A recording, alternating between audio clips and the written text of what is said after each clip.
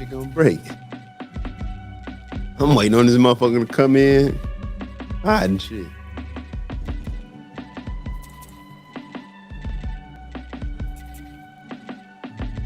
Guess they decided to stay simple with it.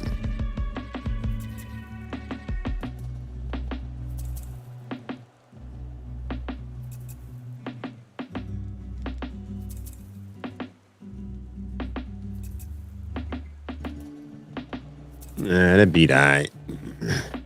Ain't nothing to write home about, right? Where my headphones? Maybe it sound a lot better. On the headphones. Or not. What up, y'all? Welcome. Let me turn this music down on y'all.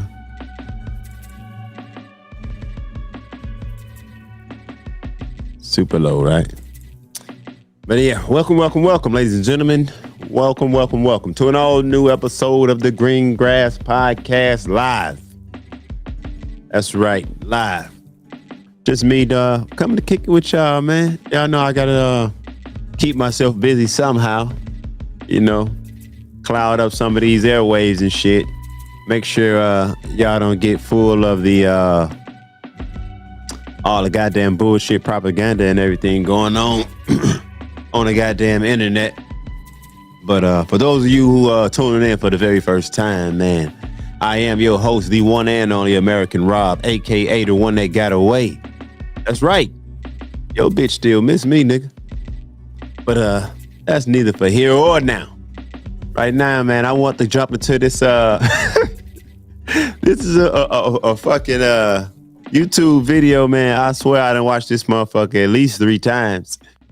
Of Jesse Lee Peterson, man, with a Black Lives Matter activist on here. See, for those of you who don't know, man, the organization Black Lives Matter was a scam, which I tried to warn a lot of people about as soon as they popped out there and shit, because the warning signs was there. This is the thing for me, man.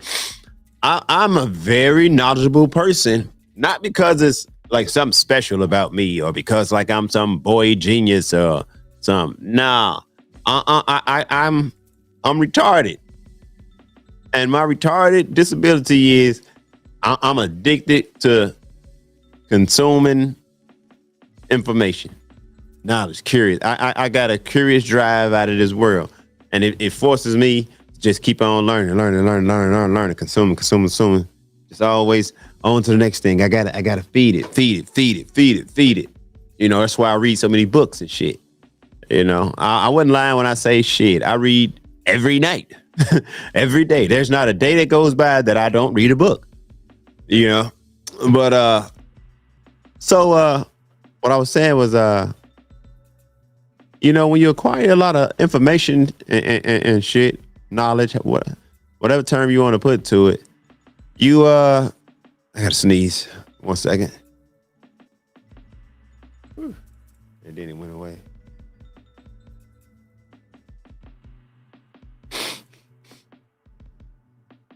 Bullshit.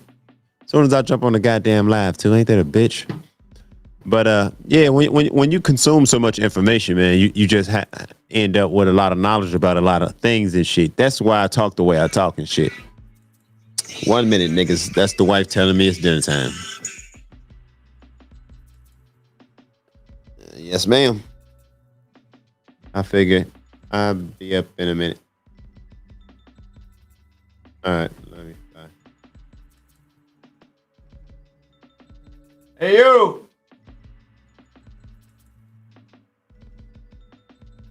Hey, Dad. It's dinner time.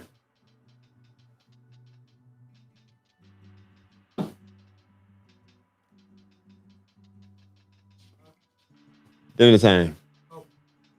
I think she made like chili dogs or something. Yeah, thanks.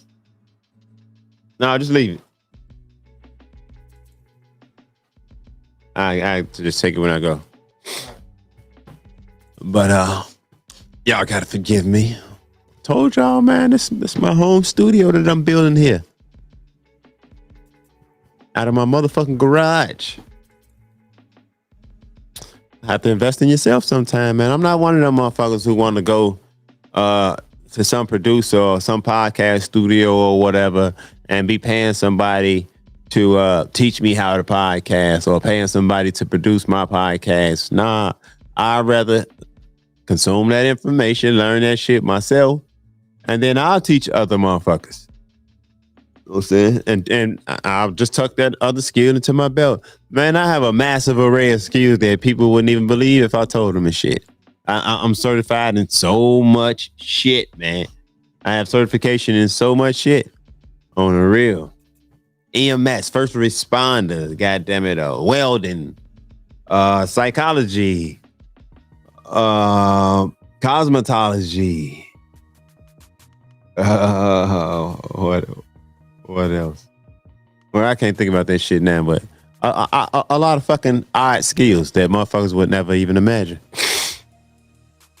You know, besides the basics that motherfuckers already know that I have and shit, and all that shit, it just come from some retarded ass drive I have to just consume information. I can consume information just nonstop. I can lock in on shit. You know how motherfuckers get tunnel vision and shit or on a subject? The problem with me is when I lock in on something, I lock in on that shit for forever until I decide to lock in on something else. You know? Because me not focused on something. What's the old saying? Idle mind? Man, you don't want to see me with an idle mind and idle time. I got to keep myself and my mind busy at all times. On the real, that's how shit the good Lord made me. But yeah, I'm gonna go ahead and jump into this goddamn Jesse Lee Peters video, man, because he finna get down on Buddy. But as I was saying to preface the video, Black Lives Matter. Anybody who had the information knew that they was a scam and shit. Turned out to be some little dykes and shit. Man hating ass bitches. Why do men and women hate each other so much? Are all y'all finna just turn gay and just start fucking with each other or something? I really think in this day and age, the quote unquote queer community definitely outnumbers the straight community. I think a whole lot of y'all just pretending. On the real. If I'm being honest, I really don't think none of that shit matters. I don't even understand the importance of sexuality. Only importance it plays is us reproducing. Outside of that, I don't feel like that should ever be a social issue or anybody fucking business or any of that shit or none of that at all. I literally don't give a fuck. Don't fuck kids. Don't fuck people against their will. Outside of that, fuck who or whatever you want to. That's the honest to God truth. I don't give a damn. But let's get into this motherfucking show before I talk y'all goddamn ears off. Green Grass Podcast, American Rob, let's go. Does Black Lives Matter to black people? Gotta get my energy up, baby. Or why are they killing each other?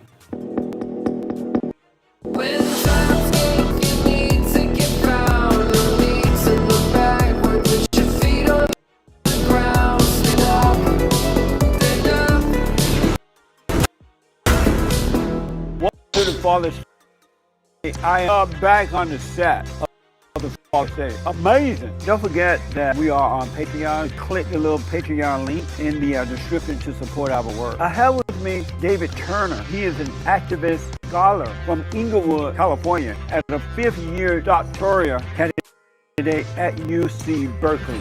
Welcome, David. Hey. Thank you for coming on. I appreciate it. What is an activist scholar? Well, so there are a lot of people who do some shit a white man made up to sell to dumbass niggas and dumbass poor-ass white folks to trick their ass and make them feel important because all that shit is just worthless titles to use for the people, right? So for me, right, like not only a PhD candidate, but I'm also a full-time community organizer, right? Like, you know, my job is to work with local communities to help them empower so that way they can change the policies and practices that directly impact them. And I forgot to mention that you're also a member of Black Lives Lives Matter? Yes. You're a member. Yes, I'm a How part of long the have you research been a team. member of Black Lives Matter? I've been a member of BLM since 2014. Oh, really? What made you decide to become a member? I think the issue, right, is it's important for people to stand up and fight for their own lives, right? You know, to work to protect, right, like, you know, what is most sacred, the right to exist. Right. So for me, right, that was certainly important. I think also being directly impacted by law enforcement and law enforcement mistreatment I definitely want to also stop. I encouraged. want to stop real quick. I'm gonna be honest, right? I'm just a piece of shit, maybe, for the way that I think sometimes, right? Because okay, first off back, I don't really like niggas like him. You know what I'm saying? Unreal. And I know it's a whole lot of y'all out there like, oh, what do you mean, Rob? But niggas like him. Nah, what I mean is big ugly ass niggas like him who you know grew up with like low self-esteem and shit. And so they ain't really had no masculine good fight for themselves and shit. So they start taking up the plight and the fight of like women and feminist movements and shit. Because everything about them and shit right now is like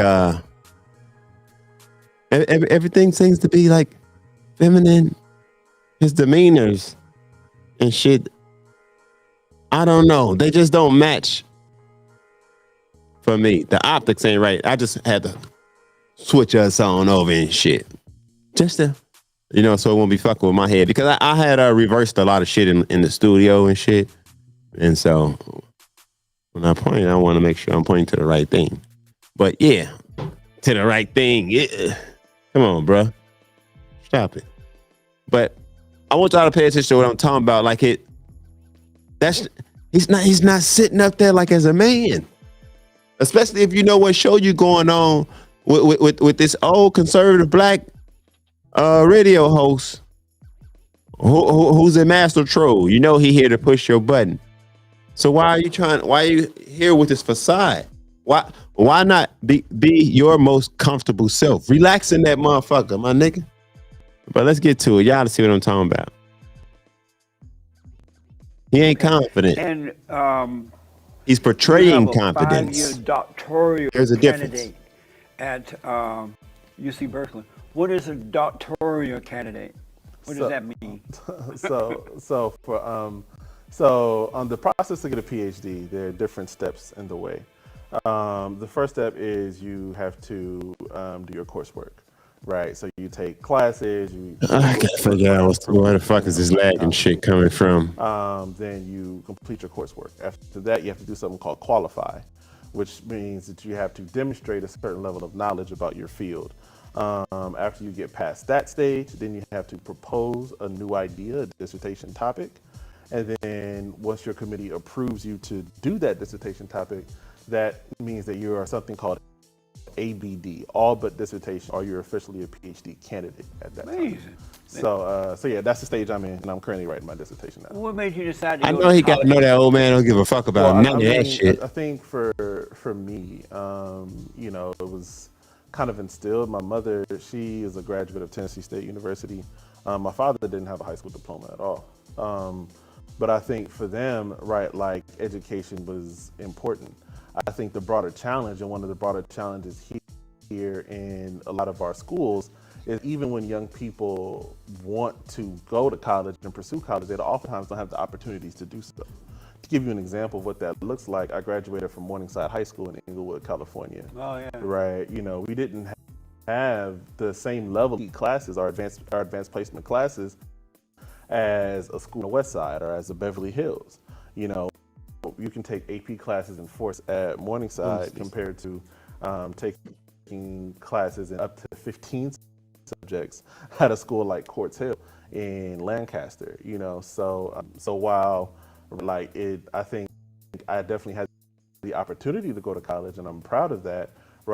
Right, I think oftentimes one of the broader issues, and one of the issues that we think more specifically in the community organizing space, is that there isn't opportunity, right, to get there. So my job is to help create that opportunity. You were born and raised.